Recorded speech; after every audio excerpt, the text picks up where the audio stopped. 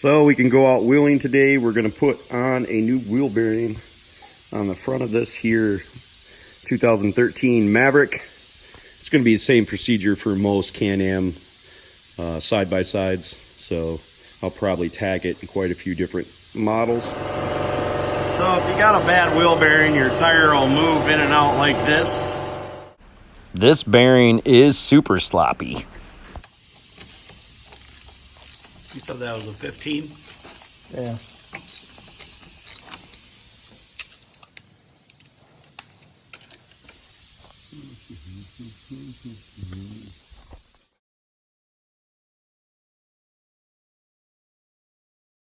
Need to remove the cotter pin that holds on the outer tie rod end.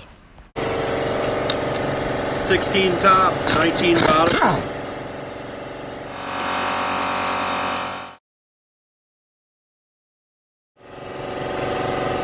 And then that allows us better access to our top 15mm nut or bolt on our brake caliper bracket.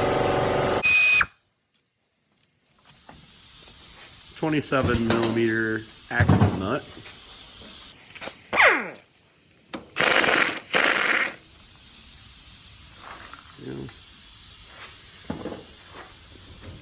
Set the caliper somewhere safe so it doesn't pull too hard on the brake line. So first we're going to release the lower ball joint, pull the axle, and then that'll allow us to impact off our upper nut for the upper ball joint.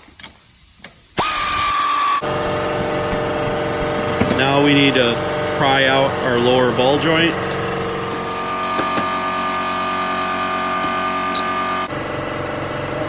Okay, because we can't get the arm to move and have any travels, we're going to use the wrench to unscrew the upper ball joint, and hopefully it doesn't turn because there's no keyway in the center of it to hold it. In this situation, you could use heat and then you'll surely spin it off, but you take the risk of damaging your upper ball joint. That's No Touch Timmy for people who don't know who he is. I'll tell you why he's No Touch Timmy. Because he's got a really nice 69 Camaro that I ran into with my four-wheeler, so now I don't get to touch stuff here.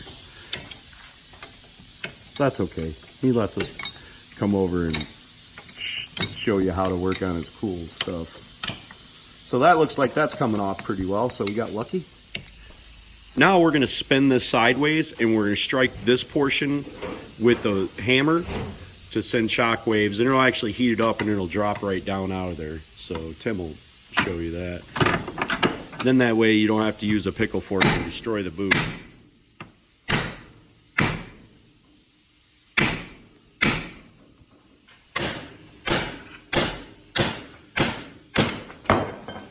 Well, that's not exactly the way I meant, but that's what happens, and that's how that works. And now our ball joint is exactly the same way. If we struck it from the top or any other direction, we would end up pulling the ball out of the socket, and then that would destroy our ball joint. Now simply insert it into your vise and remove the snap ring that is holding the bearing in. Now we're going to remove the clip that's in there. Good old spring steel. There you go. Like a pro right there. First try, ladies and gentlemen. Now, we have an oil seal on the back of here, so we want to be really careful not to damage that seal. Unless you have a brand new one. And it wouldn't be a bad idea to get a new one at this point. But we're going to try to knock this bearing out of here. Tim's going to show us how he's going to do it. It's going to take a socket that's approximately the same size as the middle of there.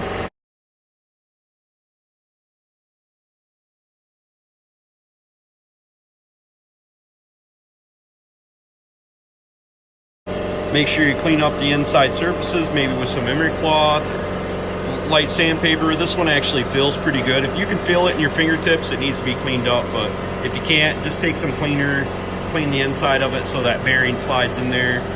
It shouldn't go in there real super smooth, but it should go in there. And make sure when you're installing the bearing, you install it from the outside portion of the bearing. Do not hit the center of the portion. For extraction, it's not a problem, but putting it back in, you'll knock that center of that bearing down and it won't be any good. When we're inspecting the new bearing for installation, doesn't appear that there's any direction. You can use your old bearing to drive in your new bearing because the outsides are the same, or you can get a socket that fits on this ridge right here. The biggest thing about driving this new bearing in is you're going to want to drive it in straight and flat, so square. When you stir it up, you need to make sure that it is 100% square inside the housing, so it doesn't go kittywampus and mar up the housing and cause premature failure.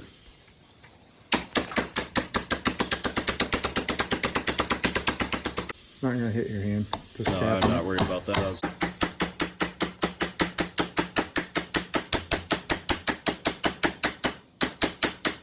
Plus the rod in there. Remember, we need to get the clip in there, so might strike that with some wood.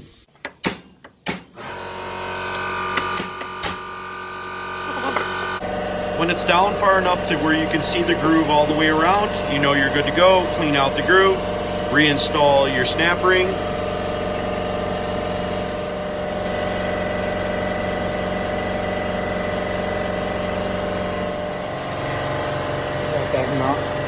Make sure you install it onto the housing and put the axle in first.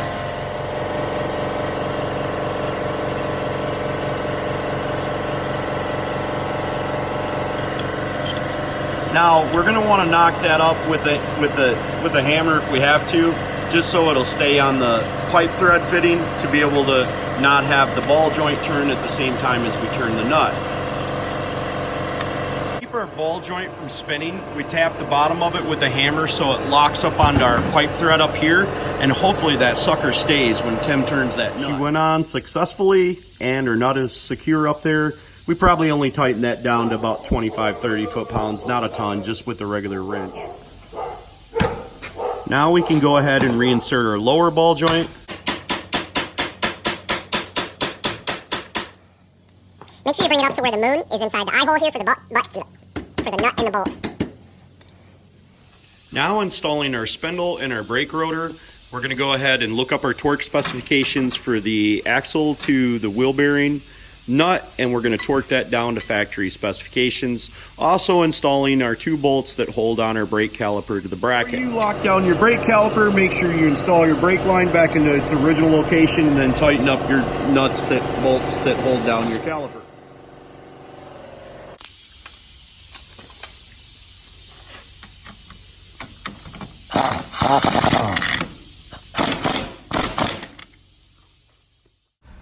Hopefully you guys are out whipping down the trails now and will consider subscribing to my page.